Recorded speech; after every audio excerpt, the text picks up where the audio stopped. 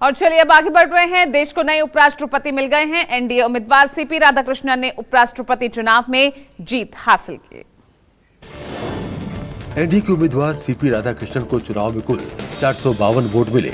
उन्होंने इंडिया गठबंधन की कैंडिडेट वी सुदर्शन रेड्डी को हराया। सुदर्शन रेड्डी को 300 ही वोट मिले। राधाकृष्णन ने 152 वोट के अंतर से जीत हासिल की। जानकारी के मुताबिक चुनाव में कुल 15 वोट अमान्य हुए, जिनमें एनडीए के 10 और विपक्ष के 5 वोट बताए जा रहे हैं। सीपी राधाकृष्णन के उपराष्ट्रपति चुने जाने पर पीएम मोदी ने उन्हें बधाई दी है। और बड़ी खबर, आज से 2 दिवसीय रायबरेली दौरे पर हैं राहुल गांधी। हरचंद्रपुर विधानसभा से यहां कार्यकर्ताओं से मुलाकात करेंगे। राहुल गांधी आज 2 दिन के दौरे पर रायबरेली पहुंचेंगे, कार्यकर्ताओं से मुलाकात करेंगे। पहले दिन राहुल गांधी हरचंदपुर विधानसभा क्षेत्र के जीढोली में कार्यकर्ताओं से मुलाकात करेंगे। इसके बाद गोरा बाजार में अशोक स्तंभ का लोकार्पण करेंगे। राहुल गांधी प्रजापति समाज के लोगों से मुलाकात भी करेंगे। पौधारोपण कार्यक्रम में भी हिस्सा लेंगे। इसके बाद उनका काफिला ऊंचाहार विधानसभा क्षेत्र में जाएगा, जहाँ वो कांग्रेस पार्टी के बूथ कार्यकर्ताओं से मुलाकात करेंगे। बिहार के बाद पूरे देश में अब चुनाव आयोग ने एसआईआर की तैयारी शुरू कर दी है। आज राज्यों के चुनाव अधिकारियों की बैठक बुलाई गई है। सूत्रों के मुताबिक आज होने वाले चुनाव आयोग की इस बैठक में चुनाव से जुड़े सभी अहम मुद्दों पर विस्तार से चर्चा होगी। इस प्रक्रिया की पात्रता तिथि 1 जनवरी 2026 रखी गई है, जिसमें मतदाता सूची की समीक्षा, आचार संहिता का पालन, तकनीकी सुधार और पारदर्शिता जैसे विषय एजेंडे में शामिल होंगे। माना जा रहा है कि बैठक का मकसद आगामी चुनावों को सुचारू और अविश्वसनीय ढंग से आयोजित करना है। और बड़ी खबर इस बीच आपको बता दें, बिहार में आज बीएसपी निकालेगी सर्वजन हिताय जागरूक यात्रा। बिहार के कैमूर से शुरू होकर ये यात्रा वैशाली में खत्म होगी। अगले 11 दिनों में 13 जिलों से गुजरेगी जागरूक यात्रा।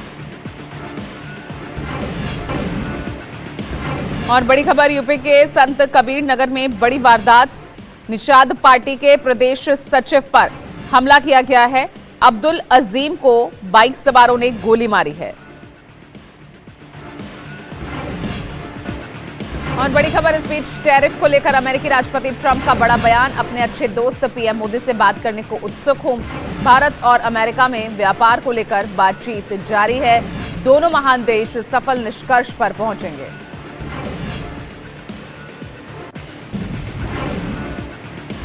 टैरिफ पर अमेरिकी राष्ट्रपति ट्रंप का बड़ा बयान। अपने अच्छे दोस्त पीएम मोदी से बात करने को उत्सुक हैं। भारत और अमेरिका में व्यापार को लेकर बातचीत जारी है। दोनों महान देश सफल निष्कर्ष पर पहुंचेंगे। बड़ी खबर इस वक्त की आपको बता रहे हैं, डोनाल्ड ट्रंप का ये बड़ा बयान। तो देखिए, टैरिफ को लेकर जिस तरह से जो स्थितियां विपरीत होती जा रही थी भारत और अमेरिका के बीच, अब उस बीच ये डोनाल्ड ट्रंप का बड़ा बयान कहा जाए। मेरठ के डफरिन अस्पताल में लगी आग, मरीजों में मची अफरा तफरी। जान बचाकर बाहर लोग भागते नजर आए और फायर अलार्म बजे भी नहीं। आग लगते ही अस्पताल में चारों ओर धुआं फैल गया और जिसे देखकर सब जगह भगदड़ मच गई। इलाज कराने आए लोग घबरा गए और वहां अफरा तफरी मच गई।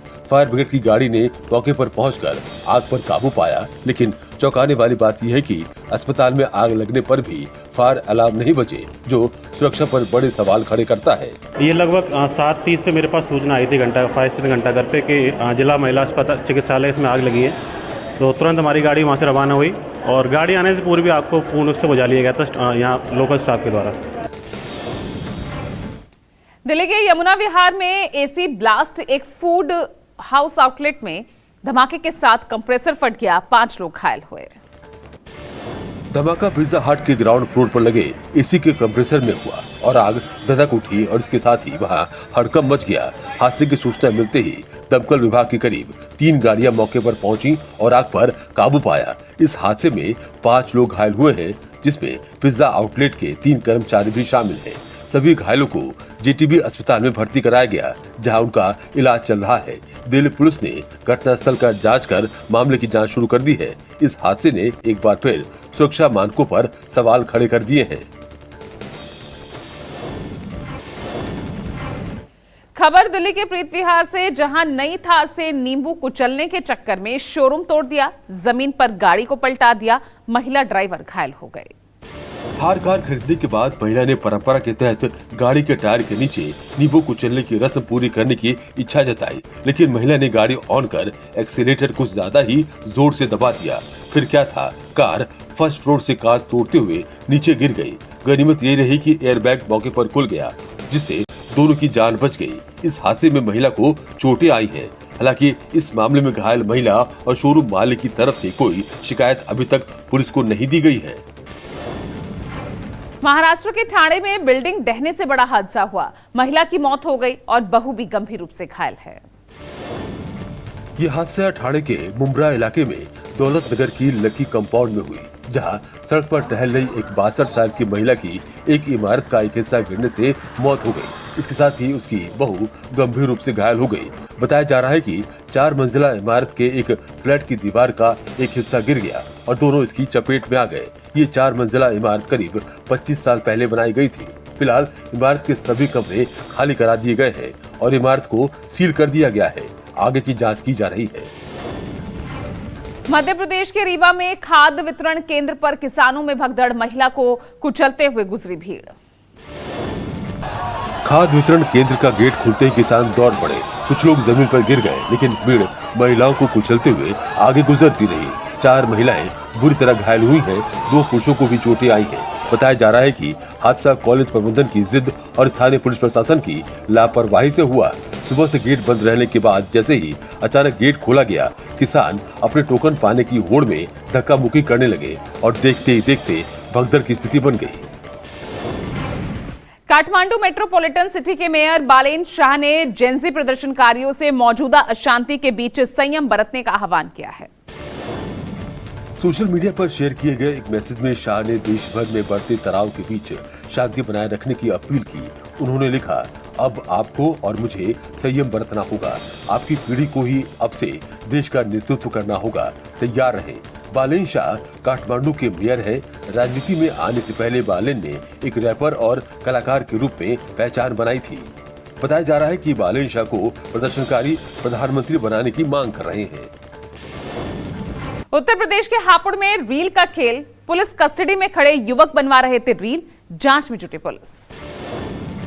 3 युवक, 2 सिपाही और हाथ में हथकड़ी, लेकिन अंदाज बेखौफ, मानो मुजरिम नहीं फिल्मी शूट चल रहा हो।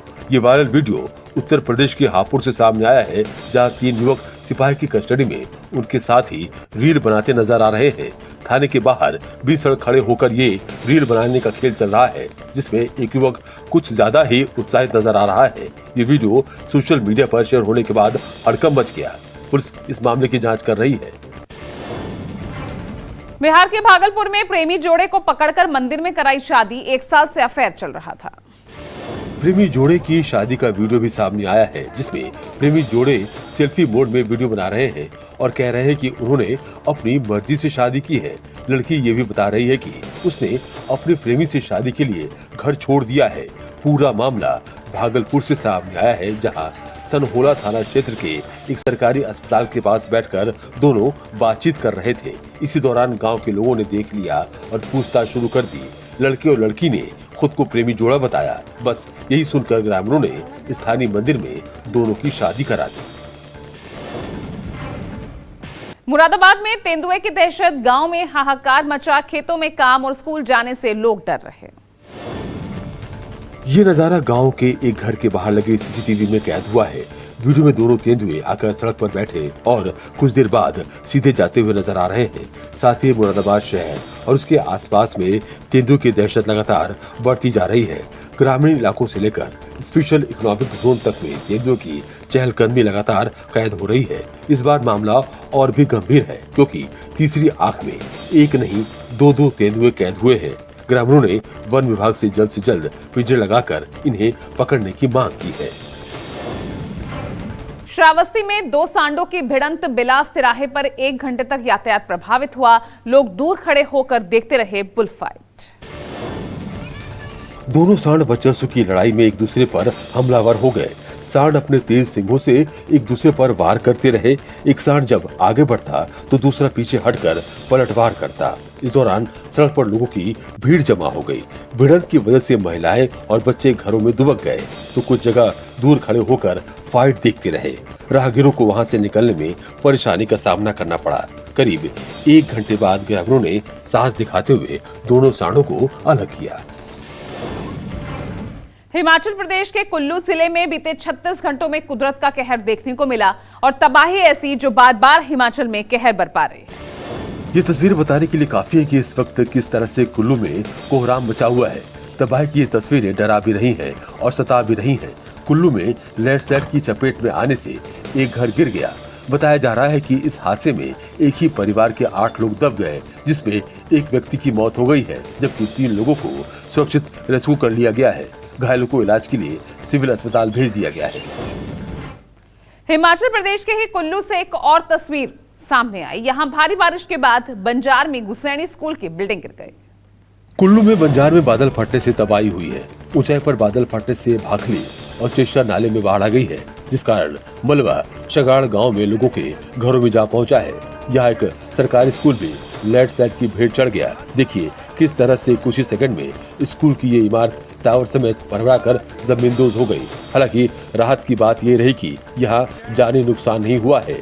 हिमाचल प्रदेश में अभी तक 370 लोगों की मौत हो चुकी है। वहीं 4 नेशनल हाईवे समेत 615 सड़कें बंद हैं। उत्तर प्रदेश के आगरा में 47 साल बाद यमुना ने सीमाओं को लांघ दिया। अलग अलग जिलों में रौद्र रूप दिखा रही हैं नदियां।